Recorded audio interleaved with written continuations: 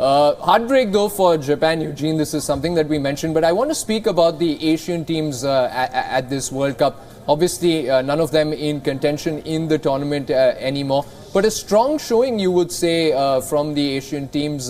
15 goals scored, which is a record. And, you know, some great results for South Korea, Japan, obviously, and Iran also making a real match of it in that tight group against Spain and Portugal.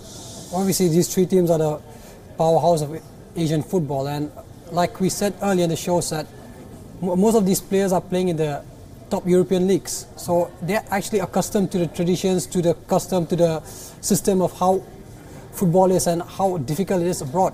So they've come, use all the experience what they've gained in the European leagues, come into the World Cup, use it with their teams and given a good performance of themselves. So and the youth systems in their respective countries have been very great. Are we actually seeing you know, global standards sort of improving, and is that, you know, vindication for this 48-team World Cup that FIFA has planned from 2026? Yeah, I think for sure, you know, the big Asian countries, Japan, China, Korea, you know, the infrastructure there is getting better all the time.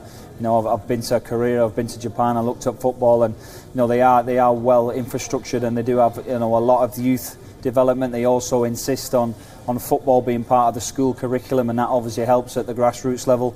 But like you say, going to 48 teams, I think they just want it to be more of a World Cup and get everyone have the chance to play in it. You know, at the minute we see it's been dominated really, like at the top level it's been dominated by European countries. So I think the more countries that come in, the more difficult that may be for teams to dominate.